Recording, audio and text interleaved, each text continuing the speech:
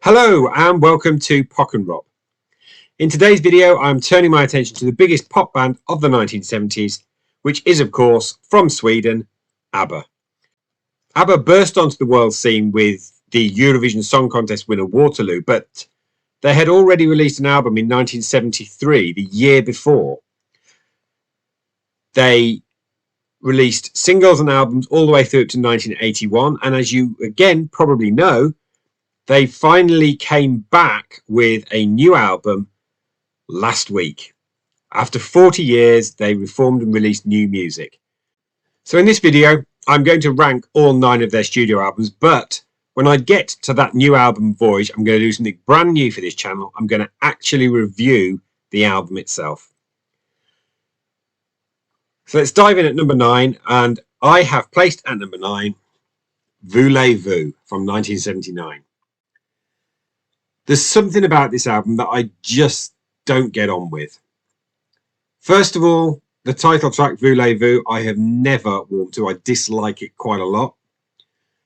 But on top of that, there were another 4 tracks from this 10-track album that were either double A-side or the A-side of a single. So Chiquitita, Does Your Mother Know, I Have a Dream, and Angel Eyes. Of those 5 tracks, only really Does Your Mother Know actually stands out for me. The rest of them I don't like. I don't particularly like disco, and this is correctly cited as being ABBA's disco album. Having listened to this fairly recently, just to make sure that I wasn't being unfair to the album in placing it at number 9, my ultimate conclusion was those 5 single tracks actually drag the album down, and the non-single tracks are actually better, especially The King Has Lost His Crown. Number 9, Voulezvous. At number 8, I have placed their 1973 debut, Ring Ring. There's nothing to dislike on this album, but there's a lot of songwriting that is clearly the fledgling work of Ulvaeus and Anderson. The standout track is comfortably the title track, Ring Ring. But I would also check in the fact that Nina, Pretty Ballerina is a pretty decent song. Another Town, Another Train's great. People Need Love, their first ever single's pretty decent too. And it's an enjoyable album without ever being particularly remarkable.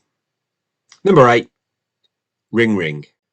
And number 7 is the follow-up to Ring Ring, and it's Waterloo. Now, Waterloo, the title track, is genuinely phenomenal.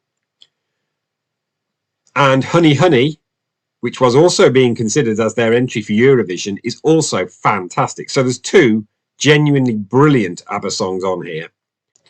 Hasta Mañana is an absolutely beautiful song.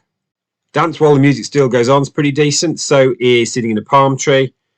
There's an odd song called What About Livingston, which seems to be about Stanley Livingstone, the African explorer. Susie Hangaround is a decent track. What the album does have that kind of probably puts it in this bottom third is one of the very worst ABBA songs, King Kong Song. It's borderline unlistenable. So at number 7, Waterloo. At number 6, I have placed the brand new album, Voyage. So this is, as of today, the UK number 1 album. And I am now going to review it. So the album kicks off with one of the tracks that trailed the album, which is I Still Have Faith in You, sung by Anna Frid. And it took me a while to like this song. It's very, very slow, but the melody in there is remarkably complex. She sings it beautifully, albeit with a 70-year-old voice. And it's a really lush track. It would have stood tall amongst the great ABBA ballads of the late 70s, early 80s.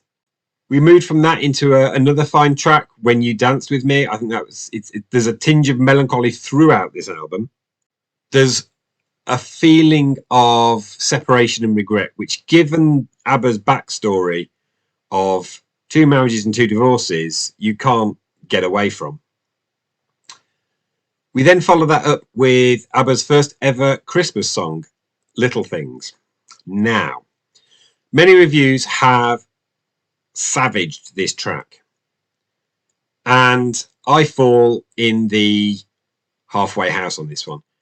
The main song is lyrically beautifully constructed. It doesn't go where you expect it to in the meter and the rhythms, and it's a lovely Christmas song. The final part of the song involves a children's choir, and the lyrics are horrible, and the children's choir is equally horrible. And so Little Thing straddles this camp between being on one half really, really good and the other half being really, really horrid. And that's what pretty much pulls it down to number 6 as an album. We then have Don't Shut Me Down, which I think is probably the finest thing on here. Returned ABBA to the top 10 in the UK, and it is classic pop ABBA. And then there's Just a Notion. And Just a Notion is good, but very incongruous. It was recorded, or at least the vocals were recorded, around the time of Voulezvous. The two songwriters decided they didn't like it enough, and so they shelved it. Bits of it crept out over the years, and then they did a complete musical re-recording, but kept Anna Frid and Agneta's vocals from the 1978-79 take. So it stands out as being young ABBA voices. And as a result, it is incongruous on the album. There is no getting away from, no matter how well the two women sing on this album, their voices have aged. It's unmistakably 40 years older than when The Visitors came out. And as a result, Just a Notion is slightly out of place. It's a good song, and it's almost better than anything on the Voulezvous album for me, and would have improved Voulezvous, but feels out of place here. Flipping the disc, we then get I Can Be That Woman, which I've got mixed feelings about this song. I think it's a beautiful slice of ABBA pop with that incredibly strong streak of melancholia. But I think in the post-Me Too generation, someone sticking with a potentially violent and problematic partner, that feels like a misstep in some ways. The next track, Keep an Eye on Dan, belies its subject matter. It's a bouncy pop song, but it's about splitting a child's time between two parents, and that just infuses it with that bittersweetness that ABBA became so good at.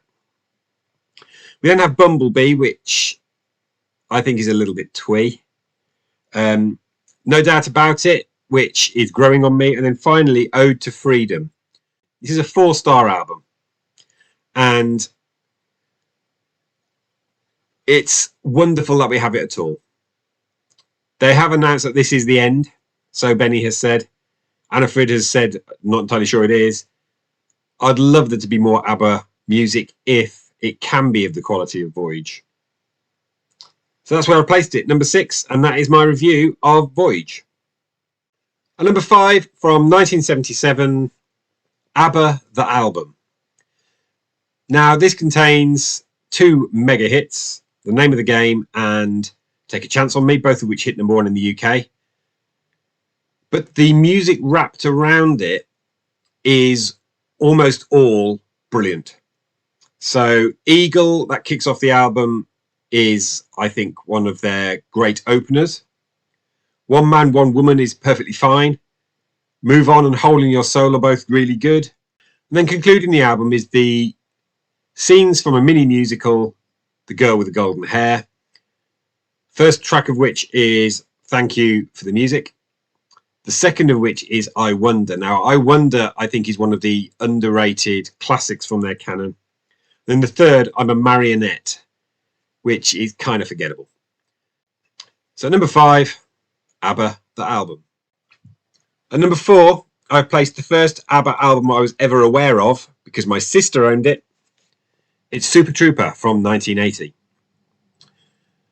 Now, its placing on this list at number 4 is largely down to the fact that it has The Winner Takes It All, which is phenomenal, alongside Our Last Summer and The Way Old Friends Do, which are also both absolutely phenomenal. There is then the good tracks on here, like, I have to admit, despite my dislike of disco, I do like Lay All Your Love on Me. I think it's better than anything on Voulezvous. And I enjoy On and On and On and Andante. I think the Piper that's grown on me over the years, but it's a strange song. And then there's the title track, Super Trouper, which I really blow hot and cold on. There are some times when I don't like it very much, but there are times when I try playing it on the piano and it's actually a really enjoyable song to play. So Super Trouper title track is an odd song for me. The reason I placed it number 4 is probably because I do have happy memories of hearing it coming out of my sister's bedroom. And so Super Trouper, it's not wonderful, but it is very good. My number 4. We come now to the top 3, and all 3 of these I think are top draw. At number 3, The Visitors from 1981. This is a dark, brooding, difficult divorce album. So by this point, Bjorn and Agneta had divorced a couple of years previously, but by now Benny and Anna Fried were also divorced. So we have on the front cover here all 4 members of ABBA, all looking in completely different directions and none of them looking at each other. It is full of tracks that just speak of separation, of anxiety. The Visitors, the title track, is about the knock on the door from the secret police in Eastern Europe. It's really quite a heavy track. There was the influence of the new wave movement in the sound on this album. It was trailed by One of Us, which was their last hit in the UK. The follow-up single, Head Over Heels, which I think is probably the jolliest thing on this record, then failed to make the top 20. And ABBA were kind of becoming, chart-wise, a spent force. They called it a day, originally, after this album came out. There is one potential misstep on there with 2 for the Price of 1. I think that's a little bit unfair. It does fit the themes of relationships going awry when you listen to the lyrics. It also contains a contender for quite possibly my favourite ABBA song of all time, and that is Slipping Through My Fingers, about Bjorn and Agneta's 7-year-old daughter going to school for the first time, and that those moments that were in the past now gone, and you can't drag them back. It's beautifully sung and it's beautifully written. Visitors, my number 3. At number 2, I have placed ABBA. So this is the 1975 album that chart-wise saw their fortunes hit the stratosphere. Now, having reached number 1 in the UK with the Waterloo single, the album didn't do very much. They then were unable to really follow that up with another hit single until SOS, which is the 4th track on this album. When SOS made the top 10, it felt like that they were becoming a force to be reckoned with. It was then followed up by Mamma Mia, which was a huge seller that reached number 1. But it's worth remembering that prior to the release of SOS, they had released I Do, I Do, I Do, I Do, I Do, and So Long from this record, and had not broken the charts in the UK. It's SOS that set them on to chart domination. I love every track on this album. I don't think there's a single one out of place. It contains one of ABBA's greatest instrumentals, which is It's a Mezzo number 1. I really like So Long. I wish it had been a hit. I think it's a really fine song.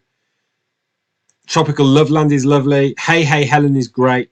This is a really, really good album. And it was the last ABBA album not to make number 1. Every single record of original material they released after this was a #1 album. This deserved to be. So, ABBA, my number 2. And at number 1, Arrival. This is their masterpiece for me. This is the album immediately following the ABBA album, and Dancing Queen alone is worth the admission fee. But when you couple that with Knowing Me, Knowing You, and album tracks like My Love, My Life, which has got one of the most beautiful choruses they wrote, I adore the instrumental Arrival. And Mike Oldfield's version is one of my favourite interpretations of any 1970s pop song. I will concede that When I Kissed the Teacher is a bit iffy in the Me Too generation, but Arrival is probably their most complete statement as an album. There's not a track out of place. You've even on the CD edition got a track called Happy Hawaii, which became rewritten as Why Did It Have to Be Me? And they made the right decision. Why Did It Have to Be Me is a far better song than Happy Hawaii. So at this point here, they were firing on all cylinders. They were selling singles and albums by the bucket load, and Arrival is the best example of that. My number 1. So that concludes my rundown of all 9 ABBA studio albums. If you enjoy ABBA, why don't you let me know in the comments below what your ranking might be, and particularly where you would place Voyage, assuming that you've heard it. All that remains is to remind you to like the video, subscribe and hit the bell for notifications. We'll be back in a week's time, but until then, thanks for watching.